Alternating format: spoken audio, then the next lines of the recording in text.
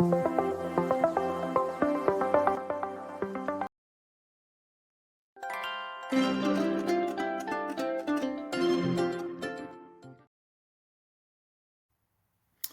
right, welcome everyone. We're here with the world's greatest podcast, the Pod Podcast, and this week we've got Jeremy with Yes Bar. This is pretty cool. I had this week when I was out in Northern California. It's a bar, it's a cookie, it's a bird, it's a plane. It's really cool. It tastes excellent, but it's actually a lot healthier than I thought it was when I started to dig into it. It's pretty great. So, Jeremy, let's hear about this. We're excited to be working with you, first of all, Yeah. but want to dig a little deeper. Where did this idea come from for the bar that's healthy, that tastes a little bit like a cookie? Yeah. And like, how did you come up with that?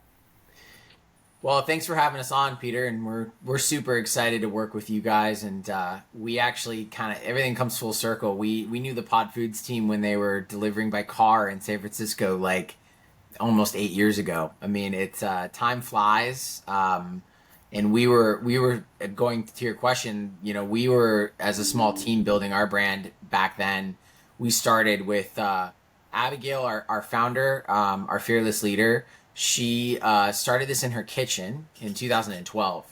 Her kids were suffering from a lot of sensitivities and allergies and body inflammation. At the time, there was some health issues they were dealing with, and as you know, like kids are very much they're able to eat a lot of stuff usually, a lot of sugar. They're going to birthdays, they're having blue birthday cake, and Yeah. her kids were she was like wheeling in the little mini cooler with the lentils and the elimination diet essentials, and it's hard. That was hard. It was hard for her. It was hard for her family. So she went into her cupboard one day and was like, "I'm gonna turn this limit, and I'm gonna turn it around and make it limitless. I'm gonna come up with something that's tasty, clean, delicious. That's like a treat." But as I'm gonna go to all the good ingredients in my cupboard, and she kind of just like as an alchemist came up with this recipe, and it came from a place of love. And she had all these macadamias and cashews and pecans. She had all these nuts and organic maple syrup and tahini, and she basically made this cookie blend, and put them in a tray and put them on the counter, and they were gone like instantly, and her kids could eat them, and their bodies responded well to them. And basically, like every time someone tasted the product, they thought it was this really amazing thing. And because we're made from four different nuts and seeds, we use maple syrup, we use organic coconut nectar. It's low glycemic. It doesn't have any grains in it. It doesn't spike the blood sugar. It just makes your body feel really good while also giving you like a great kind of like punch of calories, but taste. And there's a lot of bars, obviously. So she thought, I'm not going to start a bar company, but people kept telling her like, you gotta make this a company. And so she got it on the shelf, as like a just like a homemaker. And eventually, like myself and our other like partner founder Brennan, we joined forces with her around like 2014, 2015. It's funny actually, we were working with a little food distributor in the Bay Area called Green Shoots Distribution, and we were at the time this thing's come full circle. We were working on doing like Safeway, like innovation sets with Safeway, and trying to find like up and coming brands. And she was like, "I can't do this. It's just out of my kitchen with my husband, and I can't go into like 200 Safeways. We're just not able to do it."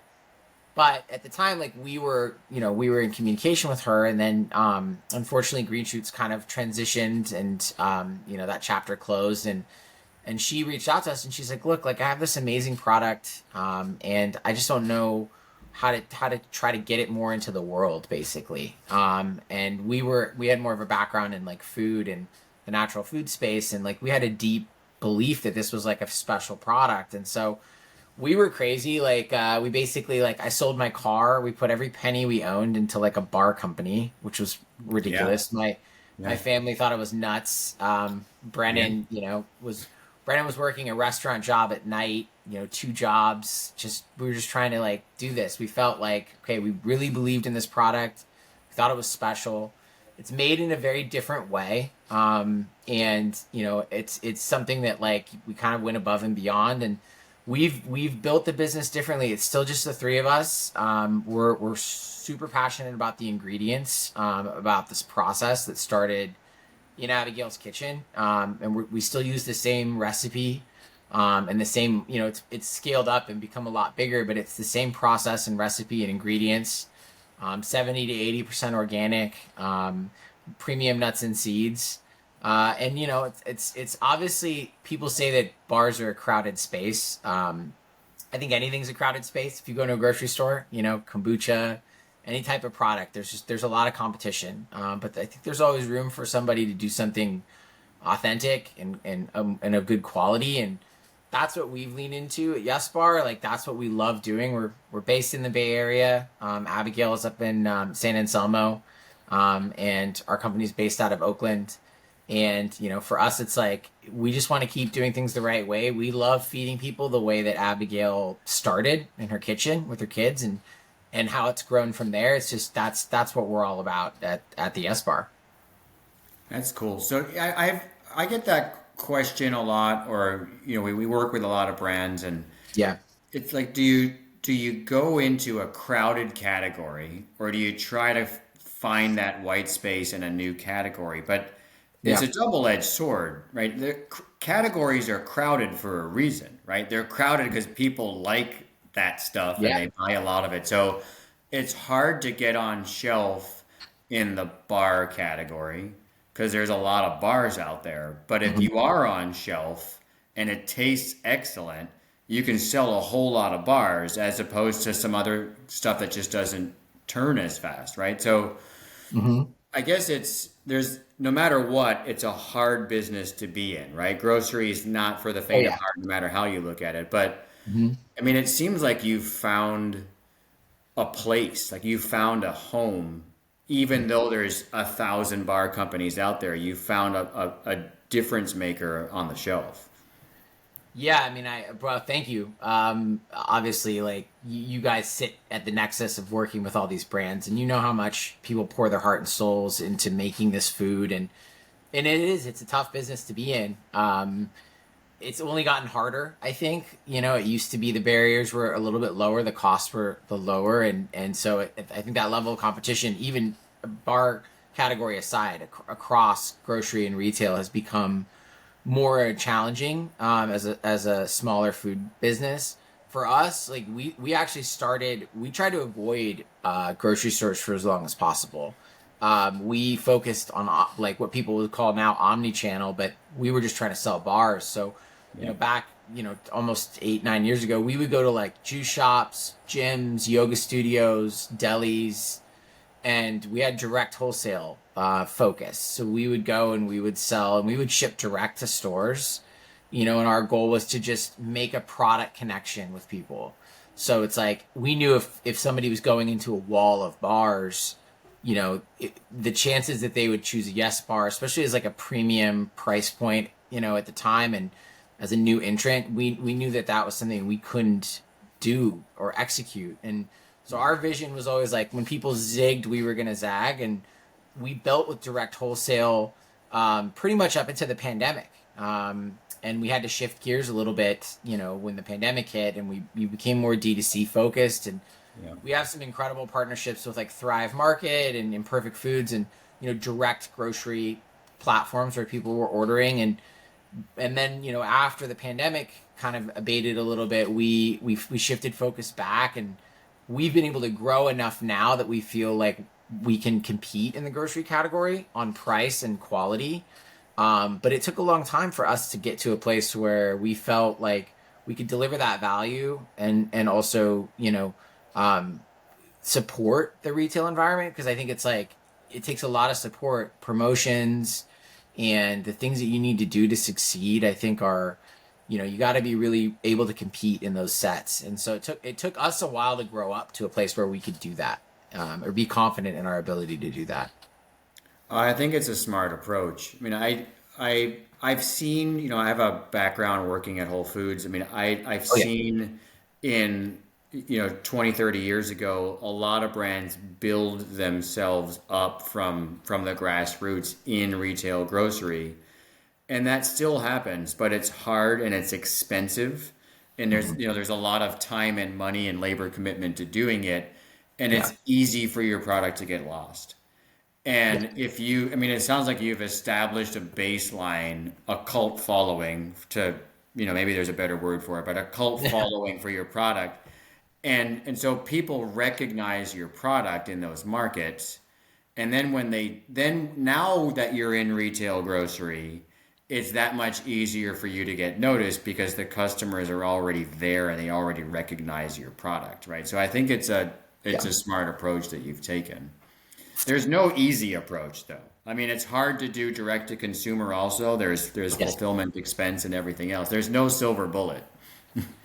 Yeah. I mean, I think my biggest piece of advice, if you're like a food entrepreneur and just in general, is a lot of people try to follow the pathways that other brands have built, and those pathways close off. I think as soon as those brands kind of blaze that trail, then that trail is not one that you're able to do. You have to or travel on. Like you're gonna have to make your own way, and this was our journey. Like for us, we understood we needed to build our business and scale too. Like part of it is the ability to scale the production and have the quantities to be able to compete, on that level.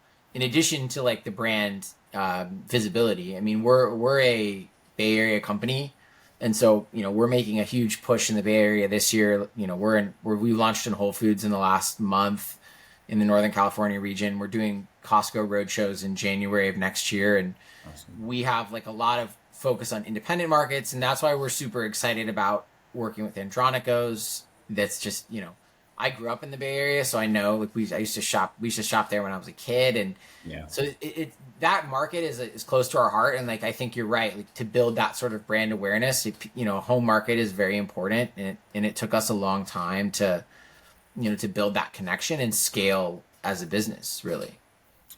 And it's not only that customer hearts and minds benefit, but there's also the logistics benefit too. You're like Yeah, the yeah, fact that you're selling in your home market means that you're not spending millions of dollars shipping your product across the country until you're ready for it, right? I mean, you can get there on your own terms, but in yeah, the meantime, you're in your backyard. It's smart.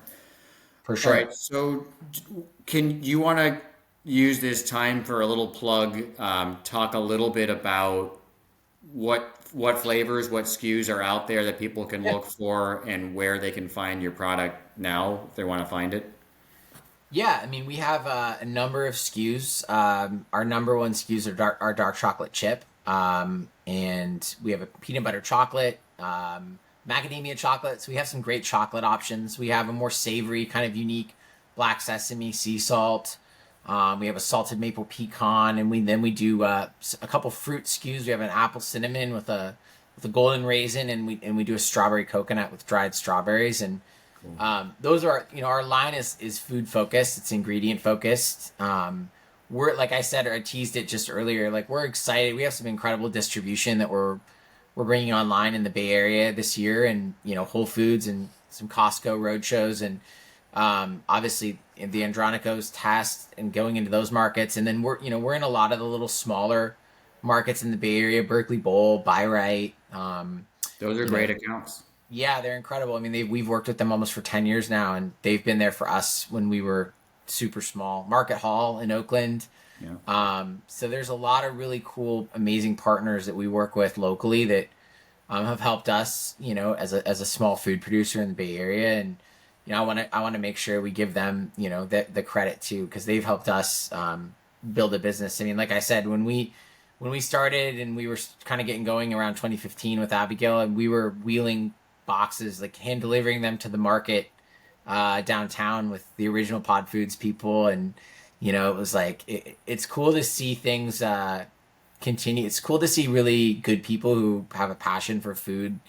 Pod Foods, you guys have continued your journey, and to see you. I mean, like I said, I think it's been 8 years since we've seen you guys from the beginning, and I'm just glad I'm glad you're still fighting the good fight, and that we get a chance to come back and work with you at this point. I think it's a cool moment.